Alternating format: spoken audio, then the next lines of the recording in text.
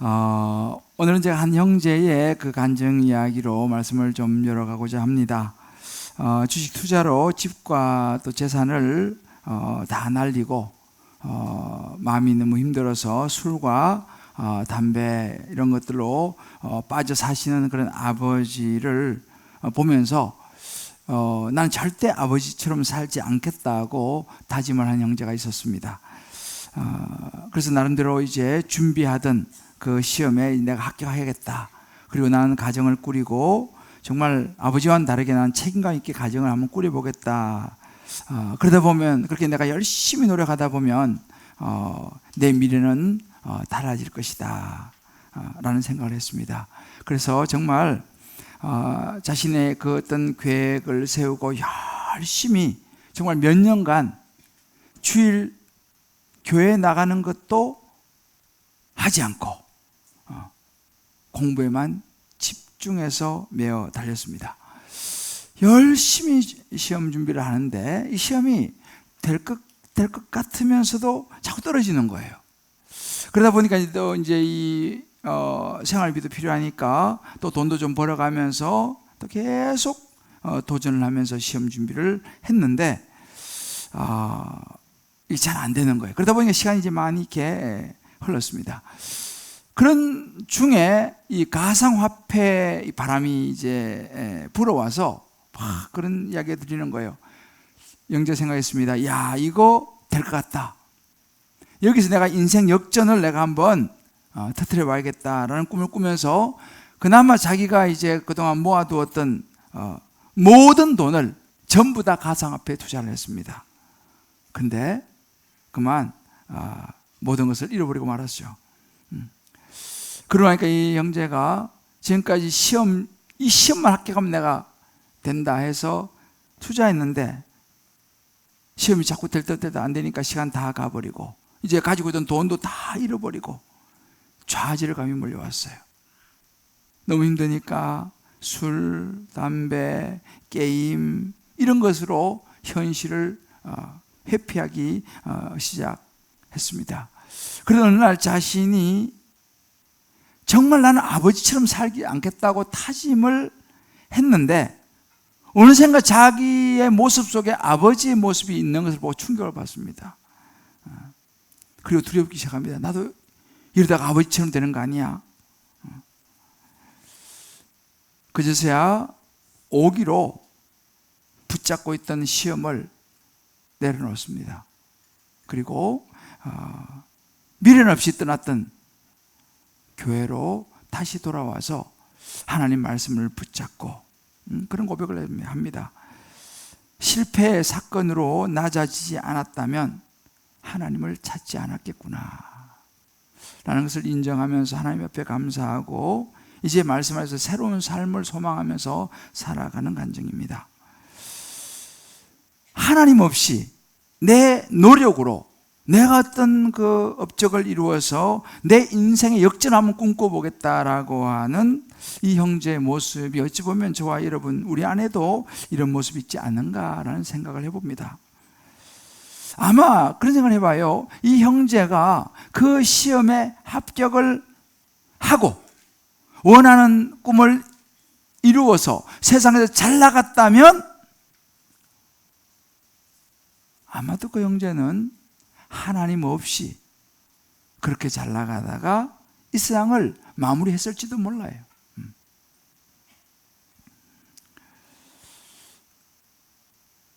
여러분 누가 생각나지 않습니까?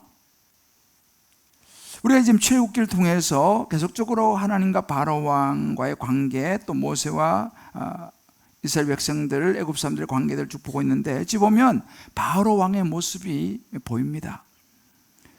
우리 지난주에 나눴습니다만 나일강은 바로 왕에게는 굉장히 믿을 만한 것이었습니다. 자기 능력으로 모든 걸 할 수 있다라고 하는 자신감, 더군다나 그는 성실하게 아침에 일어나면 늘 항상 나일강가에 가서 이수서 나일강 신에게 제사를 드리는 그 노력이면 된다라고 생각을 했던 것 같습니다. 자기가 하나님 자리에 앉은 바로 하나님은 기뻐하지 않으시고 그가 믿던 나일 강물을 하루아침에 쳐서 피가 되게 하심으로 그 피지향을 통해서 바로의 생각이 잘못된 것을, 자기 능력이 아무것도 아니라는 것을 깨닫게 하시고 그 것이죠. 근데 그 일로 잠깐 바로가 주춤하기는 합니다만은 여전히 자기 자신을 과신하면서 모세를 통해서 내 백성을 보내라 라고 하나님께서 말씀하시는 이 하나님의 말씀을 거절합니다. 여전히 자기 것을 놓지 못하는 거죠. 그래도 내가 능력이 있다는 것입니다. 하나님은 그런 바로를 또다시 다루십니다. 자신의 쌓아올렸던 이 업적을 아직도 붙잡고 있는 바로를 다루는데, 이번에 어떻게 하면 개구리, 이 파리, 이 재앙을 통해서 또 다른 바로가 놓지 못하는 영역을 다루시고 무너뜨리는, 이것이 오늘 우리가 읽었던 이 본문의 내용입니다. 그렇다면 하나님께서 이 바로의 어떤 모습을 다루시기를 원하실까요? 저는 이 말씀을 묵상하면서 이 개구리, 이 파리 재앙, 그것이 나하고 무슨 상관이 있냐, 그죠? 수천 년 전에 일어났던 그런 일들이 나하고 무슨 상관이 있냐라고 우리가 생각할 수 있겠습니다만은, 그러나 어제나 오늘이라 영원히 동일하신 하나님은 이 말씀을 통해서 오늘 21세기를 살아가는, 또 우리 각자의 삶을 살아가는 저와 여러분에게 주시고자 하는 메시지가 있음을 저는 믿습니다. 오늘 그 성령의 음성을 잘 들으시고 바로의 길을 가지 않는 저와 여러분 되시기를 주의 이름으로 축복합니다. 우리 이렇게 한번 축복하십시다. 하나님의 음성이 들리기를 기도합니다. 자, 그렇다면 이 개구리와 이와 파리의 재앙이 주는 교훈은 무엇일까요? 그 첫 번째는 인생을 보호하지 못하는 신들이라는 것입니다. 바로가 의지하는 마음속에 있었던 신들이 바로 이 개구리, 이 파리 신들이었습니다. 당시에는 이 애굽에는 이 개구리는 이게 원래는 헤케트라고 하는 신인데요, 다산을 의미했습니다. 이 개구리 신은 풍요를 가져주고 자손들을 번성하게 하는 신이다라고 믿었습니다. 그리고 이 신은 이 세트 신이라고 그래서 이제 그런 많은 곤충들, 이런 것들로부터 지켜주는 신, 그리고 파리는 우아티트라고 그래가지고 치유의 신, 치료해주는 신으로 당시 사람들은 믿고 있었습니다. 그래서 이런 신들이 자신들을 도와주고 지켜주고 보호해 줄 것이라고 믿고 이런 신들을 섬겼어요. 성경에도 보게 되면은 사람들은요, 보이지 않는 하나님보다는 눈에 보이는 어떤 신을 찾기를 바라요. 그래서 모세가 이제 나중에 나옵니다만, 모세가 시내산에 올라가서 하나님 앞에 기도하는 기간 동안 이스라엘 백성들은 불안했습니다. 그래서 무슨 요구를 합니까? 아론에게 우리에게 하나님을 보여달라. 모세 지금 없지 않냐? 그래가지고 아론이 그 아우성에 어쩔 수 없이 금덩어리를 모아가지고 금송아지를 만들어서 보여주면서, 자, 이게 우리 하나님이다 하고 그 금송아지에게 제사하고 절하는 그런 우상을 만든 사건도 일어났습니다. 그러니까 이렇게 우리 사람들은요, 눈에 보이는 어떤 것을 의지하고 싶어요. 왜? 마음이 불안하고 때로는 약해지기 때문입니다. 그래서 이런 것들은 이제 우리 팀 켈러 같은 분은 거짓 신들이다 이렇게 표현도 했습니다. 자, 이런 보세요. 그러면 과연 그럴까라는 것입니다. 그런 신들이 우리 인생을 과연 지키고 보호해 줄 거냐라는 것이죠. 하나님은요, 그게 아니라는 것을 보여주셨습니다. 그리고 그 신들을 치시죠. 개구리 신, 또 이 신, 파리 신을 칩니다. 어떻게 하냐? 그들이 믿는 그 개구리가 온 천지에 가득하게 만드셔가지고 궁전, 침실, 밥상, 떡반죽거리, 여러분 개구리가 떡반죽거리 들어가는 생각해 보십시오. 모든 삶의 그냥 공경을 겪게 되는 그런 재앙을 내립니다. 너희들이 믿는 신이 이런 신이다. 더군다나 이 신은요, 더 치명적이었습니다. 우리가 이제 여기서 이라고 하면 그냥 우리가 옛날에 왜 참빗 가지고 이렇게 하던 그런 이가 아니고요. 우리말 그 당시에 이의 의미는 모기 있죠. 아주 독성이 강한 일종의 모기를 이야기합니다. 이런 모기들이 천문학적인 숫자로 늘어나가지고 사람들을 물어서 치명적인 질병을 걸리게 만드는 그런 재앙을 내렸습니다. 여기서부터 이제 마술사들이 따라하지를 못했어요. 그전에는 흉내를 냈지만 이제 이 재앙부터는 마술사들이 손을 듭니다. 파리도 재앙을 내리는데 이 파리는 우리가 보는 이런 파리하고는 조금 다른 아주 강한 독성을 가진, 당시 이걸 쇠파리라고 그래요. 이런 파리들이 수없이 몰려들어서 사람들을 물면 거기서 엄청난 독성이 나오는 고통이 심한 그런 재앙을 내렸습니다. 다시 말하면 그들이 우리를 보호해 줄 거라고 믿었던 그 신들이 완전히 자기들의 삶을 그냥 무너뜨린 거죠. 생활이 안 되는 것입니다. 얼마나 불편하고 고통스럽겠습니까? 그러니까 바로가 자랑하던 그 신들, 의지하던 신들이 완전히 무기력해져 버린 것이죠. 오히려 그 신들 때문에 고통을 당하니까. 하나님께서 그런 재앙을 내리셔서 너희들이 믿는 그 신들은 아무것도 아니다라는 것을 보여주시죠. 자, 그렇다면 여러분 생각해 보세요. 그런 재앙들이 저와 여러분에게 무슨 의미가 있겠습니까? 의미가 있습니다. 저와 여러분도 우리도 살아가는데 우리 인생에서 각자가 그런 거 있지 않습니까? 나를 보호해 줄 것 같은, 내 인생을 편안하고 안전하게 만들어 줄 것 같은 그런 것들이 우리에게도 있을 수 있죠. 여러분, 어떤 것이 여러분을 안전하게 해주고 편안하게 해주고 보호해 줄 것 같습니까? 오늘날 대표적인 것은 돈입니다. 요즘 세상은 돈이면 다 되는 세상, 돈 있으면 얼마든지 누릴 수 있는 세상. 돈이면 사실은 인생이 편안하게 즐기며 살 수 있는 것. 그래서 오늘날의 신은 만몬신이라고 그러죠. 돈이 신이 되었습니다. 또 어떤 사람에게는 학벌만 있으면, 좋은 대학만 들어가면, 그래서 내가 좋은 직장만 가지면 내 인생은 보호받고 편안하게 살 수 있을 것이다 라고 하는 어떤 학벌에 대한 우상이 있죠. 그래서 그것을 위해서 공부에 모든 걸 쏟아붓습니다. 왜? 그 학교만 들어가면 되니까. 어떤 사람은 자식에 대한 기대를 가지고 있습니다.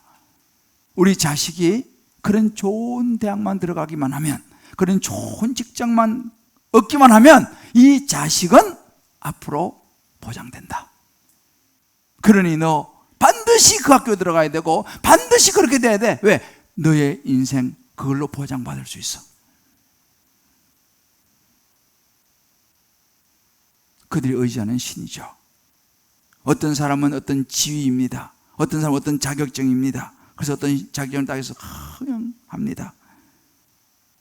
올인합니다. 모든 것을 거기에 쏟아붓습니다.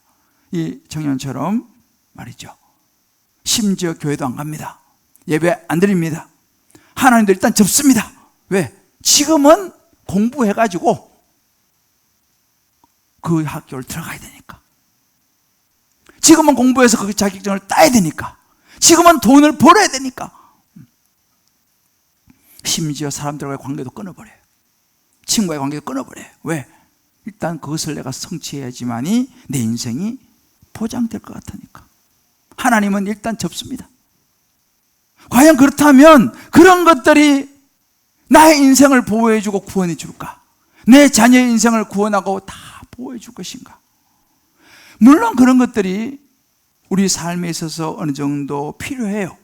열심히 해야죠. 유용합니다. 그러나 여러분, 우리가 분명히 알아야 되는 것이 뭐냐면 그것이 우리를 구원해 주는 건 아니라는 거예요. 그것이 우리 자녀를 구원해 주는 것은 아니라는 것입니다. 그런데 세상은 그걸 속입니다. 거짓 신들을 가지고 일단 돈만 많이 벌면, 성공만 하면, 좋은 학교에 들어가게 되면, 좋은 직장만 잡으면 모든 것이 마치 모든 해결해 줄 것 같은, 모든 구원을 이루어 줄 것 같이 그런 생각을 갖게 합니다. 근데 여러분, 우리가 분명히 알아야 됩니다. 다 필요하지만 하나님보다 그런 것들이 앞서게 되면 그것은 우리의 삶에, 우리 자식들의 삶에 우상이 됩니다. 그리고 그 거짓 신들은 우리를 넘어뜨릴 것입니다. 사실은요, 돈 때문에 무너진 사람들이 많이 있습니다. 그래서 후회를 합니다. 차라리 그때 그 돈을 그 돈이 없었으면 내가 그렇게 무너지지 않았을 텐데. 그때 내가 그 직장에 들어가지 않았다면 내가 이렇게 되지 않았을 텐데. 차라리 그때 그 학교에 들어가지 않았다면 내가 이렇게 되지 않았을 텐데. 내가 지금까지 이 자리에 오기까지 얼마나 모든 걸 쏟아부었는데 라는 그 후회하는 것들을 가끔씩 보게 됩니다. 거짓 신들이 마치 하나님인 것처럼 그것만 가지면 모든 것이 해결된다고 우리를 착하게 만든다는 사실이죠. 그래서 바울은 로마서 1장 25절 이렇게 말합니다. 그들이 하나님의 진리를 거짓 것으로 바꾸어 피조물을 조물주보다 더 경배하고 섬기게 한다는 거예요. 하나님의 진리, 예수로 말하면 영원한 생명보다는 그 피조물이죠. 어떤 세상의 것들을 하나님보다 더 경배하고 섬기게 만든다는 거예요.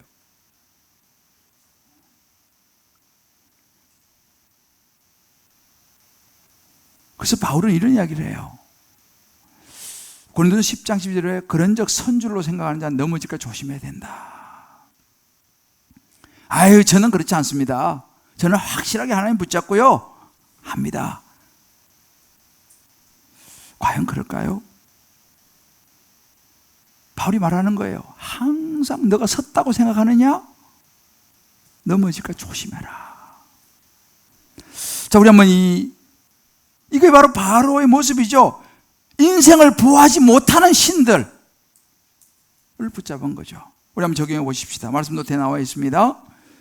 삶의 편안함과 안전을 보장할 것 같던 내가 이룬 업적, 그것이 오히려 나에게 불편함과 고난을 가져온 적은 없습니까? 내가 영원하다라고 생각한 것에 대해서 한계를 느껴본 적이 있으신가요? 그렇다면 소망이 있어요. 다시 한번 이 부분을 생각해 볼 시간입니다. 그런 시간을 통해서 하나님이 내게 말씀하시는 메시지를 우리가 찾아야 하는 거예요. 왜 내가 원하던 꿈이 이루어지지 않았을까? 내가 왜 원하던 대학에 들어가지 못했을까? 내가 원하던 직업을 왜 갖지 못했을까? 내가 영원하다고 생각했는데 그것이 왜 내 손에 들어오지 않았을까? 한번 생각해 볼 필요가 있어요. 오히려 그것이 하나님이 우리를 사랑하신 메시지였을지도 모른다는 사실이에요. 한번 여러분 이 부분에서 각자가 또 가족들과 혹은 다락방에서 꼭 한번 나눠보시길 바라요. 두 번째 개구리의 이파리가 주는 교훈은 뭐냐면 이룬 우리의 업적이 무너져야지 이제 구원이 시작된다는 메시지를 주고 있습니다. 지금 말씀드린 이 애굽의 신들은 그들의 숭배 대상이잖아요. 개구리와 이와 파리, 그들에게 풍요와 자손의 번성을 주고 병음으로도 지켜주고 치료해주고 이런 그들의 모든 걸 줄 것 같은 이 신들이 오히려 자기를 괴롭히는 재앙이 되었습니다. 그 때문에 그냥 온통 멋있게 바로가 자신이 세운 그 궁궐이 온통 냄새로 그냥 뒤덮였습니다. 그리고 이 애굽의 술사들이죠. 여러분, 이 성경에 나온 이 술사들은요, 잘 이해하셔야 됩니다. 그냥 뭐 길 가는데 뭐 자리 펴놓고 뭐 사주 보고 그 정도 수준이 아니에요. 애굽의 당시의 술사들은요, 굉장히 지성인들입니다. 교육을 많이 받고 상당히 탑 레벨에 있는 지성인들이었습니다. 하나님이 그들이 이 재앙부터는 더 이상 흉내도 못 낸다는 걸 보면서 무슨 생각하냐면, 하나님은 그들의 지성을 무너뜨린 거예요. 너희들이 아무리 지식이 많고 아무리 지성이 높으냐, 한 방에 나가 떨어지는 거죠. 삶이 엉망이 되어버렸습니다. 그들이 쌓아올렸던 많은 지식과 업적들 아무것도 아니었어요. 하나님이 치시니까 그것이 오히려 자기를 올라가면 올무가 되었습니다. 여러분 보세요. 창세기 11장에 보게 되면요, 대표적으로 여러분 잘 아시는 바벨탑 사건이 나옵니다. 당시 문명이 굉장히 발달했습니다. 사람들은 모여가지고 우리가 탑을 쌓아서 하늘에 닿게 하고 우리 흩어짐을 면하고 우리 한번 잘 이 문명을 이뤄서 잘 한번 살아보자 라고 그들은 하나님을 대적하기 시작했습니다. 바벨탑을 쌓아 올렸죠. 어떻게 됐습니까? 하나님은 기뻐하지 않으셨고 한 방에 그들의 바벨탑 언어를 혼잡게 해버리니까 공사가 안 되지 않습니까? 하루아침에 공사가 중단되고 난리가 나고 바벨탑은 멈추고 말았습니다.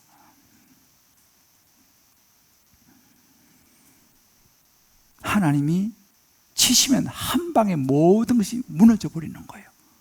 나의 모든 업적, 내 성취한 모든 것 한 방에 다 무너지는 거예요. 이것을 바로가 모르는 거죠. 하나님 이것을 바로가 알기를 원하신 것이죠. 그렇지만 참 이게 보면요, 그럼에도 불구하고 바로가 자기의 것을 내려놓는 거 너무너무 어려웠습니다. 쉽지 않았어요. 그런 재앙을 만나면서도 자기 걸 못 놓는 거예요. 이스라엘 백성을 못 놓습니다. 왜? 자기 소유니까. 하나님의 존재를 인정하기 시작합니다.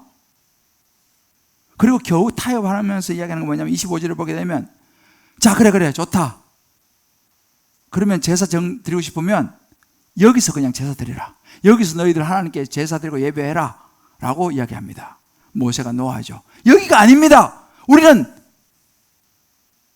사흘 길쯤 광야로 가서 그곳에서 제사 드립니다. 아 그건 안 돼. 거절하죠.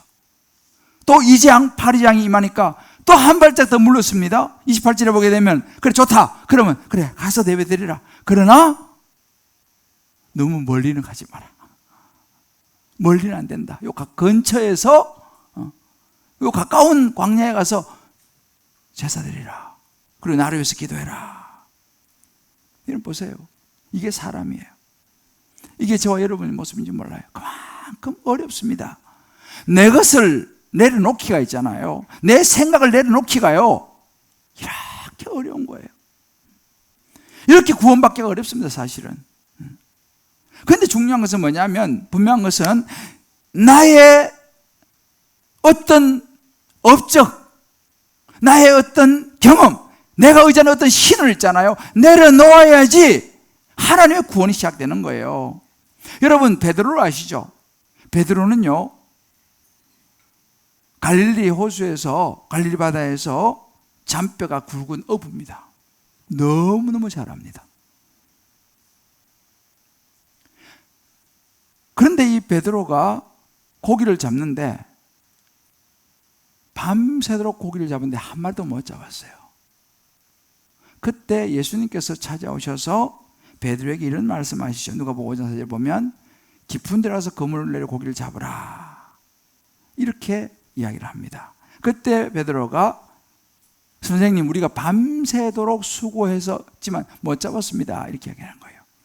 여러분 이 말 속에는요 되게 중요한 의미가 들어있어요. 왜냐하면 베드로는 그 갈릴리 바다의 지형도 너무 잘 알고 있고 어디에 가면 어떻게 고기가 있고 너무 잘 아는 사람이에요. 그런데도 고기를 못 잡았어요.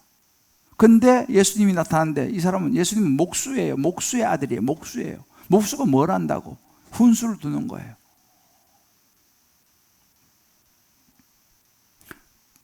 이 예수님의 이야기를 듣는다는 것은 사실 굉장히 어려운 이야기입니다. 당신이 뭘 한다고 그래? 여기 내가 전문가인데. 근데 예수님이 와가지고 훈수를 두는 거예요. 내가 다 너무 잘하는데. 그런데 그때 중요한 것은 뭐냐 하면 누가복음 5장 5절을 보게 되면요, 말씀에 의지해서 내가 사실은 여긴 베테랑이고 내가 모든 걸 잘 알지만 밤새도록 잡았지만 안 됐지만 말씀에 의지해서 내가 그물 내리겠습니다 하고 예수님의 말씀을 따라서 그물을 내린 겁니다. 그리고 엄청 고기를 잡고 예수님이 제자가 되죠. 자기의 경험을 내려놓은 거예요. 자기의 베테랑 어부라고 하는, 그것도 밤새도록 잡아본 그것을 일단 내려놓았습니다. 그리고 예수님 말씀을 따르니까 거기서 구원이 시작된 것을 우리가 보게 돼요. 바울은요, 빌보서 3장 8절 이렇게 말했습니다. 모든 것을 해로 여김은 모든 걸 잃어버리고 배수를 물려야겠다. 바울은 굉장한 사람입니다.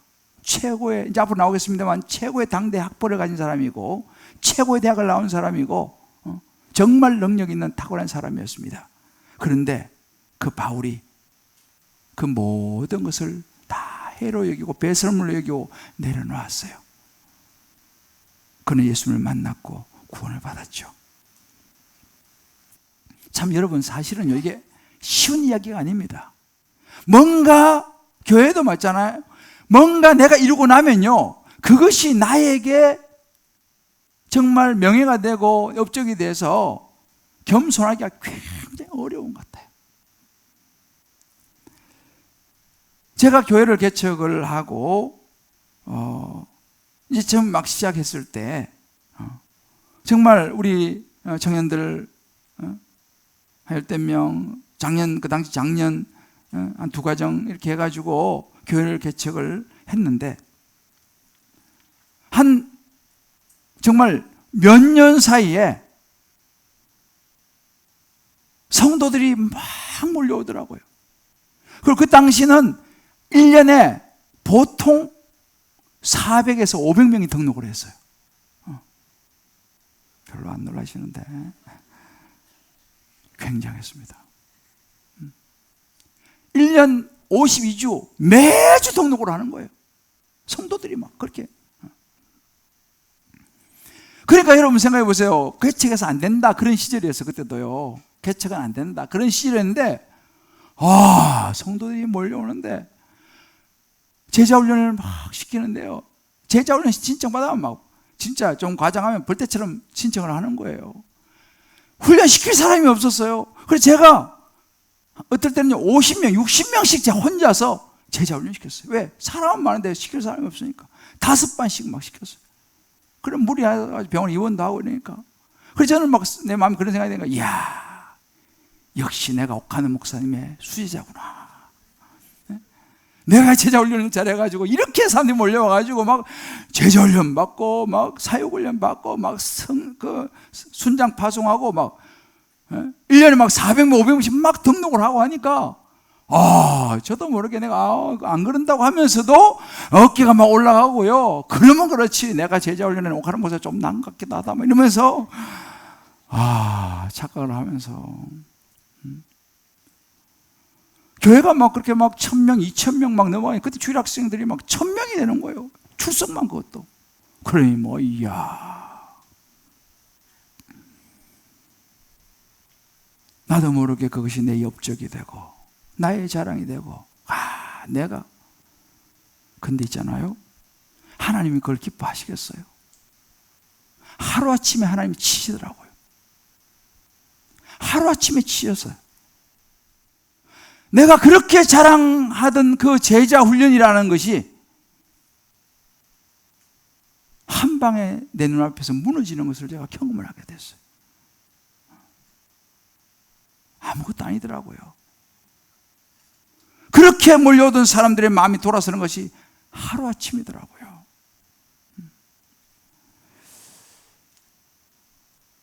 그때서 제가 이제 알게 됐죠. 내가 제자 훈련한다고 껍죽거리니까 이거 아무것도 아니구나. 사람이 막 몰려와서 성도가 막 그냥 장소가 없어가지고, 장소가 부족해가지고, 다른 곳에 장소를 찾고 뭐 그런, 이거 아무것도 아니구나. 그러면서 제가 사실은 하나님께서 하루아침에 내 능력이 아니고 내 업적이 아니라는 것을 보여주시면서 내가 완전히 정말 땅에 떨어졌습니다. 그리고 저 자신을 돌아보는 아픈 시간을 내가 가졌어요. 1년이라는 시간을 정말 돌아보면서 눈물을 흘리면서 다시 하나님 앞에 겸손히 엎드렸습니다. 그리고 다시 제자 훈련을 다시 돌아보고 다시 시작을 했어요. 그리고 한 7년이 지났어요. 전반기 7년의 시간들, 성성장구하며 잘 나가던 7년에 있었고, 7년 풍년이지 말하자면 7년 흉년의 시간들, 어찌 보면 힘든 시간들을 지나면서 이제 우리 교회가 16년이 되었습니다. 어제 순장 수련하면서 정말 너무 기뻤어요. 너무 감격스러웠어요. 그렇지만 제 마음에는 하나님 앞에서 내가 더 정말 조심하고 더 낮아져야 되고 하는 것을 저는 되새겼어요. 그러면서 제가 기도하면서 나와 같이 이런 전철을 사람들이 밟지 않기를, 바로처럼 무너지지 않기를 내가 기도하면서 하나님께 주신 것이 너가 그것을 기록을 해라. 그래서 제가 그것을 정리를 해서 책이 출간이 됐습니다. 그래서 이 책이 넘어진 제자훈련 넘어서기, 이 책이 최근에 출간을 했어요. 이 책은 저의 어찌 보면 16년 목회에 아직까지는 가야 할 길이 있지만 목회에 어찌 보면 아픈 이야기가 들어있고 저의 참회록이기도 하고, 그러나 다시 또 제가 하나님 앞에서 새롭게 출발하여 지금 가고 있는 우리 교회의 제자훈련 이야기이기도 합니다. 주님 기쁨의 교회가 어느 방향으로 가는지를 모르시는 분은 이 책을 읽어보시면 김대중 목사가 얼마나 참 약한 사람인지도 보게 되실 것이고, 주님 기쁨의 교회가 어떤 비전을 가지고 앞으로 제자 삼는 사역을 위하여 가고 있는지도 보게 될 것입니다. 보실 거죠. 일부 때 이야기해도 한 분도 책을 안 사시는 것 같더라고. 여러분 꼭 이 책을 읽도록 저는 권하고 싶어요. 그리고 여러분 특별히 주변의 목사님들 선물하시면 굉장히 도움이 될 거라 저는 생각을 합니다. 이 개구리, 이 파리 재앙, 이런 재앙들이 우리에게는 아픔이지만요, 그것을 통해서 우리의 구원이 이루어진다는 사실을 마음에 새기시기를 주의 이름으로 축복합니다. 우리 각자 한번 적용해 볼 수 있으면 좋겠어요. 내가 성취한 것 중에서 지금까지 자존감을 세워준 나의 자랑은 무엇입니까? 부지 중에 하나님으로부터 분리되어 높아진 바벨탑처럼 되지는 않았습니까? 정말 하나님보다 나의 어떤 노력, 어떤 업적을 나도 모르게 의지하고 살아가고 있지는 않는지 우리 한번 돌아보면서 저와 같은 정말 그런 시행착오를 여러분들 하지 않게 되시기를 주의 이름으로 축복합니다. 제가 잊을 수 없는 한 사건만 말씀 나누고 마무리하겠습니다. 제가 처음 사랑에게 이제 연구소 기록하면서 부목사로 부임을 하니까 관은 목사님이 저한테 법조 선교회를 맡겼어요. 나는 법조 선교가 뭐 하는지도 몰랐어요. 그래 가보니까 법조인들이 모여서 이제 활동하는 선교회였습니다. 판사, 검사, 변호사, 법대 교수, 뭐 그쪽 분들이 이제 모여 있었어요. 그 와중에 이제 어느 권사님이 제게 부탁을 해서 자기 남편 좀, 목사님 좀 잘 좀 인도해 달라는 거예요. 그 보니까 이분은 최근에 대법관 하시다가 이제 퇴임하셔서 계시는, 그래서 로펌에서 이분이 아마 고문 변호사인가 뭐 하여튼 하고 계시는데 좀 부탁을 받고, 저는 뭐 모르니까 이제 그분이 계시는 로펌으로 신방을 갔는데 김앤장이라고 하는 로펌이더라고요. 뭐 난 김앤장이 뭐 한지도 몰랐죠. 뭐 김씨와 장씨가 뭐였나 뭐 해가지고, 아무튼 김앤장에 제가 이제 신방을 갔습니다. 갔는데 그분을 이제 만나러 갔는데 이제 어느 이렇게 미팅 룸이 있더라고요. 그 저를 안내한 분이 누구냐면, 이분도 부장판사 출신인데 그 로펌에서 일하는 분이에요. 그것도 사내교회 집사인데, 목사님 오셨냐고 저를 이제 맞아주고 안내하는 분이 집사였어요. 그 목사님 좀 계세요. 제가 대법관님 모시고 오겠습니다. 그리고 이제 그때 가더라고요. 그 이제 그분이 이제 모시고 왔는데 보니까 우리 머리가 크크하고 참 아주 인품도 좋아 보이는 분이 오셨어요. 인사를 했어요. 그래서 제게 고민이 하나 있었어요. 내가 이분을 만날 때, 저는 뭐 이분 만나본 적도 없으니까 대법관 그러면 뭔가 하여튼 굉장한 분 같아요. 전부 다 대법관님 그러고, 저 인도하던 그분도 대법관님. 나는 이분을 뭐로 불러야 되나? 대법관님이라고 불러야 되나? 이분은 집사도 아니었어요. 교재가 보니까 그냥 성도예요. 성도라고 불러야 되나? 고민이 되는 거예요, 제가. 이 대법관, 다 사람들 대법관님 하는데 나는 가가지고, 아니, 대법관님이긴 한데, 뭐, 하나님 앞에서 뭐 대법관은, 그건 아니잖아요. 그래, 고민이 되는 거예요. 그래, 나도, 근데 솔직히 그때 좀 제가 성령 충만했기 때문에 대법관으로 부르고 싶지 않더라고, 나는. 왜냐면, 성도, 주님 앞에서 성도지 무슨, 그잖아요. 대법관이었다 하더라도. 그치만 좀 고민되더라고. 사람 다 대법관님 부르니까. 그래, 딱 가서 만났어요. 그래서 다, 누구누구 성도님 이렇게 내가 불렀어. 옆에 있는 그 밑에 있는 그분, 아유 집사님 이렇게 되는데, 성도님 이렇게 분위기가 이게 살짝 이게 내 생각에는 아마도 이분이 자기를 성도님이라고 부르는 이야기 처음 들은 것 같아. 내가 보니까 늘 대법관님으로 이렇게. 근데 놀라운 일이 일어났어요. 이분이 그 신방을 받고 교회에 나오고 법조 성교가 속으로 모임이잖아요. 거기 나오기 시작했어요. 이분이요. 믿음이 들어가기 시작했어요. 근데 생각했어요. 이분이 하나님 앞에서 자신은 대법관이 아니고 성도라고 하는 것을 아마 그때 생각하지 않았을까, 이런 생각을 내가 혼자 해보는 거죠.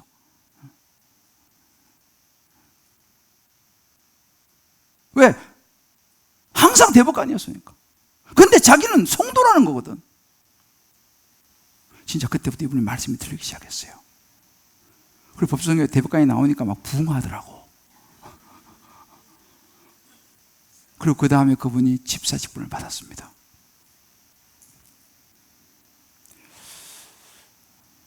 믿음이 들어가기 시작했어요. 왜? 자기가 성도라는 것을 알면서부터. 사랑하는 성도 여러분, 나의 스펙으로 천국 가는 거 아닙니다. 나의 업적으로 천국 가는 거 아닙니다. 세상의 지위로 천국 가는 거 아닙니다. 그것은 바로의 가치관이에요. 그걸 무시하고 아무것도 아니다, 그런 거 아닙니다. 그러나 하나님 앞에 서서 우리는요, 하나님의 가치관이 필요해요. 하나님은 보신 눈이 달라요. 여러분, 이사야 선지자가요, 예수님에서 어떻게 묘사한지 아세요? 그는 보험 모양도 없고 풍채도 없고 흠모할 만한 아름다운 것이 없도다.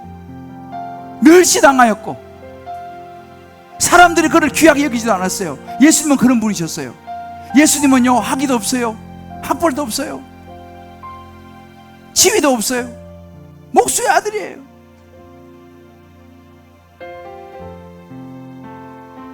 그러나 예수님은 이 땅에 오셔서 생명을 전했어요. 구원을 이루셨습니다. 우리 분명히 알아야 돼요. 여러분, 우리 예수 믿어야지 생명을 얻는 줄 믿으시길 바라요. 어떻게 예수를 제대로 믿을 수 있습니까? 나의 세상적인 모습을 내려놓을 때 겸손히 하나님 앞에 머리 숙이고, 나는 예수님이 필요합니다. 그럴 때 우리 영적인 출애굽을 할 수 있다는 사실을 믿으시길 주의 이름으로 축복합니다. 구원은 업적으로 받는 게 아니에요. 예수 믿음으로 받는 거예요. 저와 여러분 마음속에 주님께 나아가는데 방해하는 여러분의 업적이 있습니까? 지위가 있습니까? 그게 바벨탑이요. 그것이 무너져야지 구원에 이를 수 있어요. 하나님을 만나는 거예요.